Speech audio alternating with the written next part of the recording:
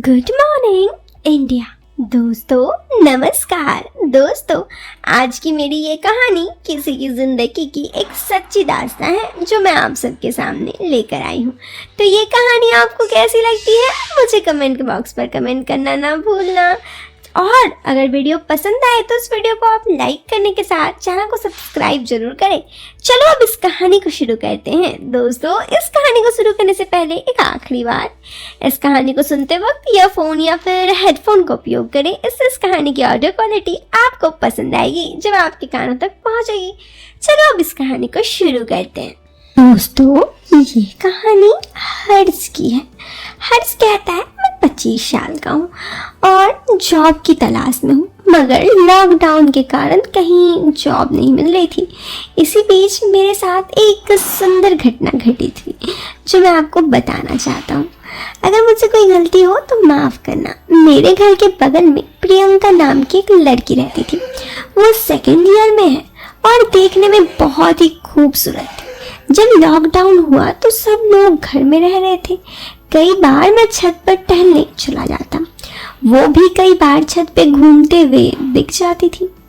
मैं उसको देखा करता तो वो कोई रिएक्शन नहीं देती। फिर धीरे धीरे उसने मेरी ओर ध्यान देना शुरू कर दिया। मैं उसको हल्की स्माइल दे देता तो उधर से भी वो हल्का सा मुस्कुरा देती। एक दिन वो छत पे बैठकर कपड़े धो रही थी। जब वो बैठी भी थी तो उसके घुटनों की तरफ मैं देखा। मैं ध्यान से अटक रहा था उसके ऊपर। मैं टहलने के बहाने उसकी ओर देख रहा था। वो कपड़े धोने में व्यस्त थी। फिर अचानक उसने नजरें उठाकर मुझे देखी तो मैं सन्न रह गया। मैं एकदम से दूसरी ओर घूम गया और वहां से चल गया। वो समझ गई कि मैं उसे घूर रहा था। फिर 2-3 दिन मैंने उसको नहीं देखा। तीसरे चौथे दिन मैं फिर से छत पर था। वो भी नीचे टहल रही थी। दरअसल उसकी छत हमारी छत से 1 मंजिल नीचे थी। टहलते वक्त मुझे उसकी ओर देख रही थी। उसने भी कुछ नहीं किया। ऐसा लगा मानो वो भी मुझसे बातें करना चाहती है। उसी दिन मैंने महसूस किया कि शायद वो भी कुछ चाहती है। फिर ऐसे ही हमारी हाय हेलो होने लगी। कुछ दिन बस 2-4 बातें हुई। मैं अब जल्दी से उसको पटाना चाहता था। फिर मैंने हिम्मत करके एक दिन बात छेड़ी। स्टडी हो रही है तुम्हारी क्या ऑनलाइन? वो बोली हाँ, लेकिन कुछ समझ में नहीं आता खास। मैंने कहा क्यों? तो वो बोली मेरी साइंस थोड़ी वीक है, बायोलॉजी तो सिर के ऊपर से चला जाता है। मैं बोला तो वो तो मैं पढ़ा सकता हूँ, मुझे अच्छे से आती है, मैं उस टॉपिक पे बहुत अच्छा हूँ। मैंने कहा। उसने खुश होकर बोला सच? तो फिर कब से शुरू करोगे बताओ? मैंने कहा जब तुम कहो। वो बोली ठीक है, मैं मॉम से बात करके बताती हूँ। मैंने कहा ओके पूछ लो। फिर 2 घंटे बाद प्रियंका की मॉम हमारे घर आई। वो मेरी मॉम से बात करने लगी। फिर उन्होंने मुझे बुलाया और बोला बेटा हर्ष तुम शाम को आ सकते हो क्या? मैं बोला हाँ आंटी बिल्कुल आ सकता हूँ। वो बोली ठीक है तो फिर खाना खाकर आ जाना, उस वक्त तक प्रियंका भी फ्री हो जाती है। मैंने कहा ओके आंटी। फिर आंटी चली गई। मेरी खुशी का तो ठिकाना नहीं था। मैं बस शाम होने का इंतज़ार करने लगा। मैं 9 बजे उसके घर गया। हम दोनों को नीचे के एक अलग रूम दे दिया गया ताकि पढ़ाई में कोई बाधा ना आए। मगर पढ़ाई के बजाय मैं तो ये सोचकर खुश हो रहा था कि प्रियंका पढ़ गई तो मेरी लाइफ तो बस। 15 मिनट बाद प्रियंका रूम में आई। वो काफ़ी खूबसूरत लग रही थी। मैं उसकी तरफ देख रहा था। हम पढ़ने लगे।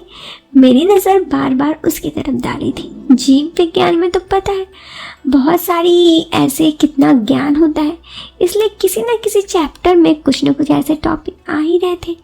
मैं मानव प्रजनन के चैप्टर को इंतज़ार कर रहा था क्योंकि मैं उससे आराम से इस बारे में बात कर सकता था।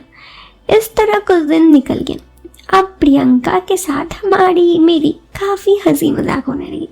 बहाने बहाने से मैं उसे कुछ भी बोल देता या फिर उसे तरफ देखता तो वो मुस्कुराते रहती। फिर आखिरकार एक दिन वो चैप्टर आ गया। मैंने उसे समझाने के लिए बहुत अच्छे से बुक से पढ़ाया। ये सब बातें करते करते मेरी ध्यान उसके तरफ गया। वो भी मुझे देख रही थी। वो बोली, क्या होती है? मैंने कहा, बहुत कुछ। फिर तुम्हारे पास है, मैं कैसे बताऊं? फिर ऐसे ही हम दोनों की कुछ और भी बातचीत होने लगी, ताकि पढ़ाई के बारे में। और हम दोनों वहाँ पर एक दूसरे से बात कर रहे थे और पढ़ाई से ज़्यादा अब एक दूसरे को ही देख रहे थे। हम एक दूसरे में खोने ही वाले थे, तभी उसके घर पर कोई उस कमरे पे आ गया। मैं उस वक्त काफ़ी डर गया और पढ़ाई पे फोकस करने लगा। वो भी जानबूझकर ऐसे नाटक करने लगी जैसे वो काफ़ी मन से पढ़ रही है।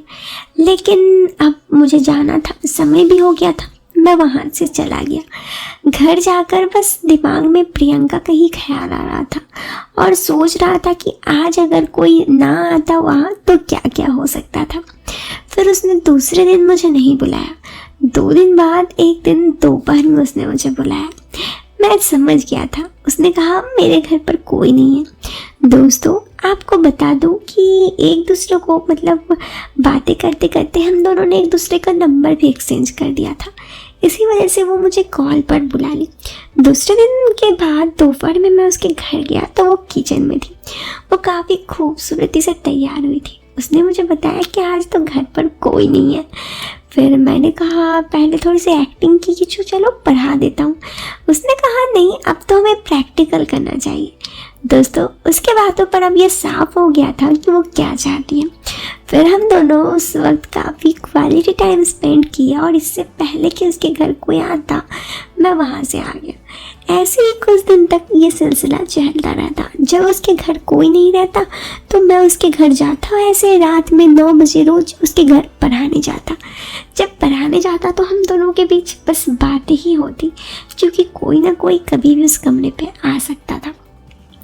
कुछ दिन ऐसे बीतने के बाद फिर लॉकडाउन ख़त्म हो गई और मेरे जॉब का कॉल आ गया। तो फिर मैं जॉब के लिए बाहर आ गया। लेकिन प्रियंका से तो बात हो रही थी।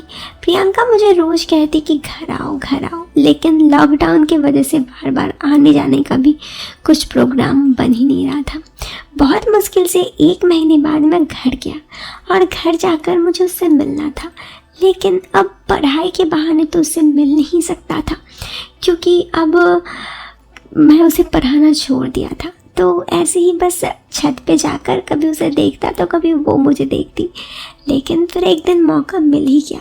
एक दोपहर उसके घर कोई नहीं था, तब मैं उसके घर गया और उसके साथ काफ़ी क्वालिटी टाइम स्पेंड किया। फिर जॉब पर आ गया। अभी भी प्रियंका से मेरी बात तो होती है, लेकिन अब मौका ही नहीं मिल रहा उससे मिलने का। तो ये कहानी मेरी लाइफ की एक सच्ची घटना और ज़िंदगी की पहला प्यार का था, जो मैंने आप लोगों से शेयर किया। तो दोस्तों, हर्ष की कहानी तो यहाँ ख़त्म हो गई। तो अगर आपको ये क्यूट सी लव स्टोरी पसंद आई तो आप वीडियो को लाइक करने के साथ चैनल पर पहली बार आए हो तो चैनल को सब्सक्राइब कर देना। Till then, bye bye, take care.